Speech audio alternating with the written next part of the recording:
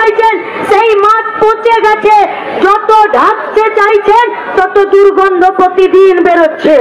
তাই রাজ্যের মানুষের কাছে আমাদের আবেদন, দম দেখানোর সময় এসেছে।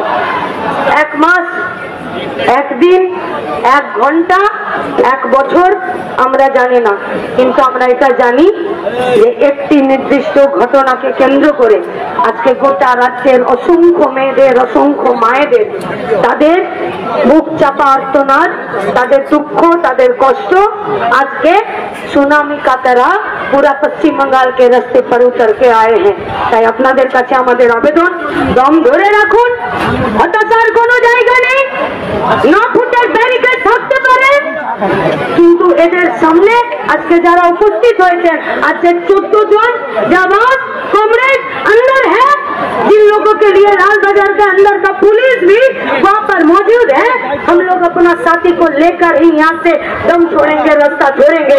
अगर साथी नहीं आया तो ये रास्ता भी किसी का बाप का नहीं है, चाहे वो 1 दिन हो, चाहे वो जितना दिन हो, यहीं पर रहेंगे और यहीं पर देखा जाएगा कि लाल बाजारेर भेतरे যারা বসে আছে তারা পাবলিক সার্ভেন্ট সত্যি হচ্ছে নাকি তারা এই রাজ্যের সিএম এর আর বিডি সার্ভেন্ট। যদি চাকরগিরি রাষ্ট্রের করতে চাইছো, যদি চাকরগিরি নির্দিষ্ট রাজনৈতিক দলের করতে চাইছো, তাহলে সব থেকে বড় ব্যারিকেড রাজ্যের মানুষ হবে। আর যদি চাকরগিরি পাবলিক সার্ভেন্টের মতন রাজ্যের মানুষের নিরাপত্তার জন্য কাজ করতে চাইছো, তাহলে বাইরে বেরিয়ে এসে দেখুন আপনাদের সাহায্যে এখানে হাজার হাজার মানুষ লাল ঝান্ডা নিয়ে দাঁড়িয়ে আছে। আপনাদেরকে মাথা নোয়াতে দেবে না। শুধু নিজেদের সিদ্ধান্তটা ঠিক করুন আর মাথা উঁচু করে নিরপেক্ষতার সাথে আজ গোটা রাজ্যে শান্তি শৃঙ্খলাকে বজায় রাখার জন্য আপনারা কাজ করে দেখুন। আপনাদের কাছে আমাদের আবেদন, লড়াই জারি থাকবে। এই লড়াইয়ের কোথাও কমা নেই, কোথাও ফুলস্টপ নেই। আজ এখানে ব্যারিকেড দিয়ে দিয়েছে, গোটা রাজ্যের 80,000 বুথের অসংখ্য রাস্তা ফাঁকা আছে, সেই রাস্তাতে কেউ ব্যারিকেড দিয়ে রাজ্যের মানুষের গতিবিধি আর প্রতিবাদী আন্দোলনকে। বন্ধুরা, ঘটনাটা একটু বলি। আপনারা জানেন গতকাল লালবাজার ঘেরাও ছিল, আর সেখানেই বিপত্তি বাধে। বিভিন্ন ব্যারিকেড দিয়ে ঘিরে রেখেছিল যাতে লালবাজার পর্যন্ত পৌঁছাতে না পারে বামপন্থী যুবরা। কিন্তু আপনারা জানেন এই বাম বিধানসভায় শূন্য, লোকসভায় শূন্য, কিন্তু মাঠে ময়দানে শূন্য নয়। অনুব্রত মণ্ডলের মেয়ে দুর্নীতির পরেও ছাড়া পেতে পারে, কিন্তু যারা নির্দোষ তাদেরকে জেলের মধ্যে আটকে রেখেছে। তাদের দোষ কি ছিল? লালবাজার অভিযান করেছিল এই কারণে। পৃথা তা সহ 14 জনকে গ্রেপ্তার করা হয়েছে। আর মীনাক্ষী মুখার্জি জ্বলে পুড়ে উঠেছে। মীনাক্ষী মুখার্জি বলছে এই রাস্তা কারুর বাপের নয়, এই রাস্তায় আন্দোলন চলছে, চলবে। দম দেখানোর কথা বললেন, এবারে দম দেখানোর সময় চলে এসেছে। এই মীনাক্ষী মুখার্জির সম্বন্ধে যতটা বলবো আমার মনে হয় ততটা কম হবে। যেভাবে বামেরা এগোচ্ছে, যেভাবে এই শূন্য বামটা ধীরে ধীরে ধীরে মানুষের মনে একটা জায়গা তৈরি করছে, শাসক দলের মধ্যে একটা কাঁপুনি দেখা দিয়েছে, যার ফলেই কি ওই যে লালবাজারের পুলিশ গ্রেপ্তার করলো। এই জিনিসটা বাংলার মানুষ কি ভালোভাবে নিচ্ছে? আজকের আরজি কর ইস্যু, আপনাদেরকে জিজ্ঞাসা করছি, এই আরজি কর ইস্যু নিয়ে কতদূর এগোলো, তদন্ত কতদূর এগোলো? আপনারা কি দেখলেন? সুপ্রিম কোর্ট গতকাল আদেশ দিয়েছে যাতে জুনিয়র ডাক্তাররা কাজে ফেরে, কিন্তু আপনারা কি দেখলেন? জুনিয়র ডাক্তাররা কাজে তো ফিরছে না, কিন্তু জুনিয়র ডাক্তাররা চলে গেলেন স্বাস্থ্য ভবন ঘেরাও করতে, স্বাস্থ্য ভবন অভিযান। আর এই স্বাস্থ্য ভবন অভিযানে গিয়ে আপনারা কি দেখলেন? স্লোগান উঠছে, স্বাস্থ্যমন্ত্রীর ইস্তফা চাই, মুখ্যমন্ত্রীর ইস্তফা চাই। বন্ধুরা, এই যে একটু আগে আপনাদেরকে বললাম অনুব্রত মণ্ডল, নামটা তো নিশ্চয়ই আপনারা শুনেছেন। তার কন্যা ছাড়া পেয়ে গিয়েছেন, বেল পেয়ে গিয়েছেন।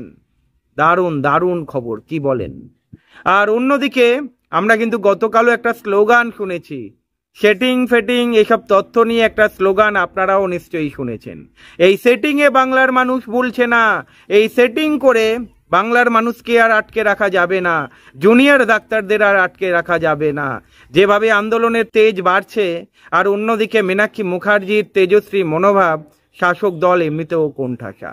আর বিজেপি তো জ্বলে পড়ে উঠছে। আপনারা জানেন, যখনই আজাদি স্লোগানটা শুনেছে, শুভেন্দু অধিকারীর এই আং বাং বক্তব্যগুলো নিশ্চয়ই আপনারা শুনেছেন। সেই বিষয়ে আমার মনে হয় আপনাদেরকে খুলে কিছু বলতে হবে না। মীনাক্ষী মুখার্জির তেজশ্রী বক্তব্যগুলো শুনেছেন নিশ্চয়ই। ওখানে উপস্থিত ছিলেন সূর্যকান্ত মিশ্র, ওখানে উপস্থিত ছিলেন মোহাম্মদ সেলিম, আর সকলের সামনে মীনাক্ষী মুখার্জি দম দেখানোর কথা বলছে।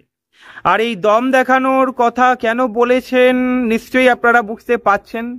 আপনারা জানেন, পুলিশি অত্যাচার এবং তৃণমূলী গুন্ডা বাহিনীদের অত্যাচার যেভাবে বেড়ে চলেছে, সেখান থেকে দম তো দেখাতেই হবে।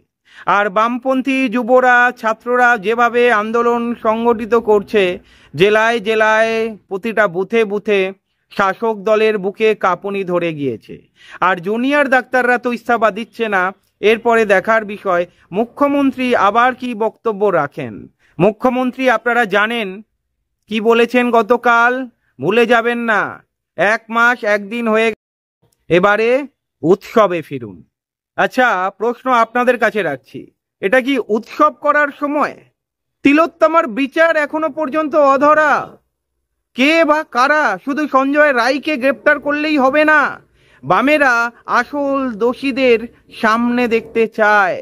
এই যে যারা জুনিয়র ডাক্তার, তারাও বিভিন্ন দাবি দাওয়া নিয়ে রাস্তায় নেমেছে।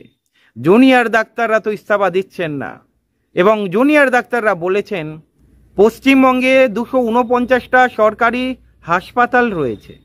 মানে আমি প্রাথমিক হাসপাতালের কথা বলছি না, সরকারি হাসপাতাল। সেখানে কটা ডাক্তার রয়েছে, কটা নার্স রয়েছে? আজকে রোগীর সংখ্যা দিন দিন বাড়ছে। যখন সরকারি নার্স ডাক্তারের সংখ্যা কম রয়েছে, মুখ্যমন্ত্রী এমন বক্তব্য রাখেন কি করে? এই প্রশ্ন ছুড়ে দিয়েছে জুনিয়র ডাক্তাররা। আর জুনিয়র ডাক্তারদেরও যে তেজশ্রী মনোভাব আমরা দেখতে পাচ্ছি, এই আন্দোলন আগামী দিনে আরো জোরদার হতে চলেছে। শাসক দল আবার কাদায় পড়তে চলেছে। এরপরে দেখার বিষয়, শাসক দল কি আবার কোনো ভুল পদক্ষেপ নেবেন? বাংলার মানুষ কিন্তু ক্ষেপে রয়েছে এই শাসক দলের বিরুদ্ধে। এরপরে দেখা যাক কি পদক্ষেপ নেন মুখ্যমন্ত্রী। তবে জুনিয়র ডাক্তাররা কেস দেখে ছাড়বে। বামপন্থী যারা নেতা নেত্রী রয়েছেন, যুব নেতা নেত্রী রয়েছেন, তাদের মনোভাবটা নিশ্চয়ই দেখে নিয়েছেন। ভালো থাকবেন।